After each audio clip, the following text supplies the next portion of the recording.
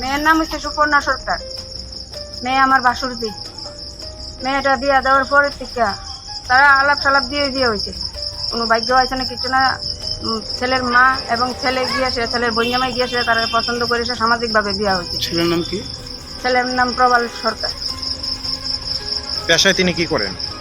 স্কুলের শিক্ষক, English medium স্কুলের প্রাইভেট স্কুলের শিক্ষক। মেয়েটা বিয়ে হওয়ার পরের থেকে মাও যন্ত্রণা করে, জামাইও যন্ত্রণা করে। মার কথায় জামাই যদি বাইরে থেকে আসছে বা স্কুল থেকে আসছে, যেখান থেকে আসছে, মা একটা না একটা ভুল কইতেই থাকে। তোর বইটা করছে, তোর বইটা করছে। জামাই স্কুল থেকে আয়োক আর বাজার থেকে আয়োক, আয়াসেরই পিঠা আয়াসেরই মারতো। কত বছর হয়েছে বিয়ে হয়েছে? বিয়ে হয়েছে যা 4 বছর হয়েছে। বাচ্চা আছে? বাচ্চা আছে একটা, 3 বছরের, 3 বছর 3.5 বছর হইব। আয়াসেরই মারতো।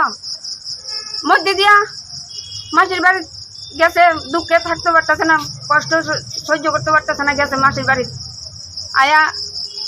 আইতো জামাই ফোন করছে পরে কইছে, বাবু তুমি আয়া নৌ। মাসি কইছে, বাবু তুমি আয়া নৌ।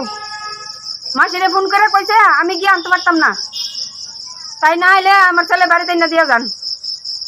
10 দিন রাই কেসে আবার আইনা দিয়া গেছে। তারা যে মাইরালে বইটা তো আর কেউ জানে না।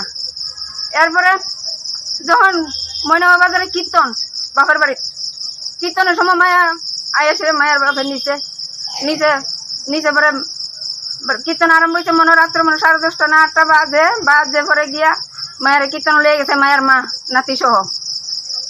এই মুহূর্তে আবার জামাই ফোন করে বসে, কে জানি ফোন করে কইছে, ওই না কিতা কইছে, তুমি কই? মেয়ে তো ডরে, কীর্তনে আসর থেকে বইয়া আসলো, কীর্তন দেখতেছে, দৌড়াইয়া সাইডে এসে কইতেছে, আমি তো বাড়ি। কইতেছে, তুমি মিছা কথা কয় না, তুমি মনে বাজারে কীর্তন। ভিডিও কল করে বইছে, কইছে, তুমি যদি আমার ঘর করতে হয় তাহলে রাত্রে 12টা বাজুক আর 2টা বাজুক, তুমি আমার অক্ষণে আইতে আমার বাড়ি। রাত্রে 12টা না 1টা বাজে ওইখান থেকে গাড়ি রিজার্ভ করে মাইয়া পাগলের মতন এই ছোট আবুটার লয়ে বাড়িতে আই পড়ছে। তারা কেরম অত্যাচারী করার পরে মেয়েটারে। এরপরে এই ইদানিং মায়ের এই যন্ত্রণা দিতেছে।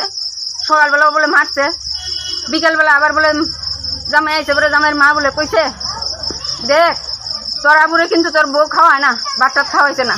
তো তাইরে জিগাইছে, কইছে তুমি কি লিগে বাচ্চা খাওয়াইছো না আবুরে? কইছে তোমার মা তো আমি বলে খাওয়াইতে পারি না, আমি বলে রাইট করছে, এই কয়ে গালাগালি করছে, তোমার মা খাওয়াইবো, আমি আর খাওয়াই পারতাম না। কষ্ট লাগছে যখন তো করতেই পারে। এ লিগে মায়ারে জামাইয়ের যেমনে ভারছে এমনি মারছে, নাকে মুখে বলে রক্ত হয়েছে। মেয়ের দম যাওয়ার আগেই কথাটি কয়ে গেছে। আমি নিজে জিগাইছি, সুপর্ণা গীতা হয়েছে করস না, ওই জায়গায় কেমন তারা আমার যেতই ফিরে লাইছে, এই কথাটা কয়ে গেছে তাই আমার কাছে। ওহন তো মায়াও আজকে গতকালকে রাত্রে 3:30টার সময় দম গেছে।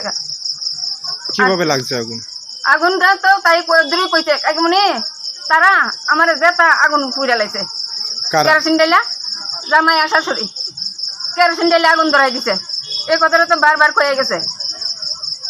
জামাই এর আগে যতক্ষণ হসপিটাল আসলো ততক্ষণ তা খালি তাই মাথাটা ধরে আর কয়, সুপর্ণা তুমি 3-4 দিনের মধ্যে ভালো হয়ে যাবে, তোমার বাড়িতে নেমুগা, তুমি কিছু কইও না, তাহলে আমার কাম শেষ, তুমি কিছু কইও না, আবুর কাম শেষ। এই কথাটি কয়ে তার কথাটি বন্ধ করে রাখছে। যখন দেখছে তার জামাইও জানা, আবুও জানা, তাই শাশুড়ি কেউ যায় না। ওই মরণের আগের দিন তখন সকাল 10টা বাজবো, যেদিন দমটা আটকায় জায়গায় দিন নেই, 10টা বাজবো, তখনই কইছে কাকিমনি তারা আমার যেতই ফিরে লাইছে, কেরোসিন ডাইলে আগুন ধরাই দিচ্ছে। কাকিমনি বারবার কইছি, সুপন আগে কইছত না গেলি বারে তো পুলিশ আইতো না। কাকিমনি আমি মনে করি আমি তো বাঁচু, আমি পরে তারা শাস্তি দেবো, এই কথাটাই কইছে, আর কিছু কইছে না। যখন দুপুর 12টার পরে থেকে তার জবান বন্ধ হয়ে আছে, আর তো কিছু কইতে পারতেছে না। এরপরে তো খবর দিতেছে, তারা যাওই না, গেছে ওই না, তারা খবর দিতেই তো গেছে না। ছেলে বই জামাই 2জন শুধু গেছে, আর কেউ গেছে না। শাশুড়িও গেল না, এতটা দিন 17 দিন পরে রয়েছে, শাশুড়ি একটাবার চোখের দেখাটা দেখলো না, গিয়ে সেটা তার কিতা কোন যায় কোন আপনার এই কর।